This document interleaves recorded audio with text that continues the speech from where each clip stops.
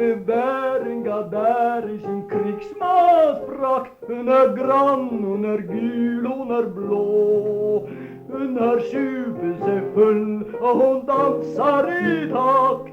Hon kan hoppa men kan inte gå.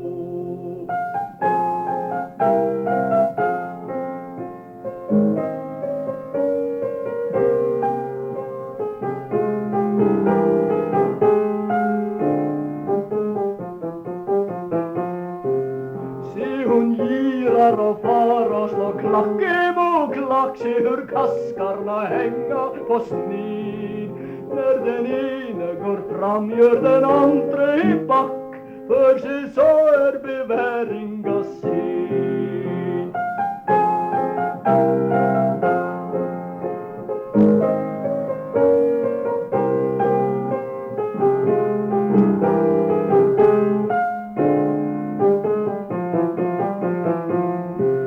Och en långskans pojke i korpisbyx hoppar före med flaskan i hand och gör rattan med fan vad det tängseler tycks när han tar sig en tår upp på tand.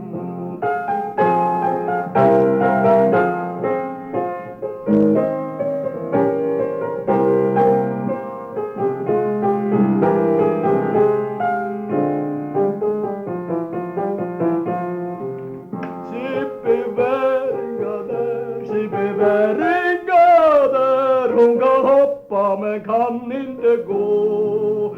Se beväringa där hur lyxan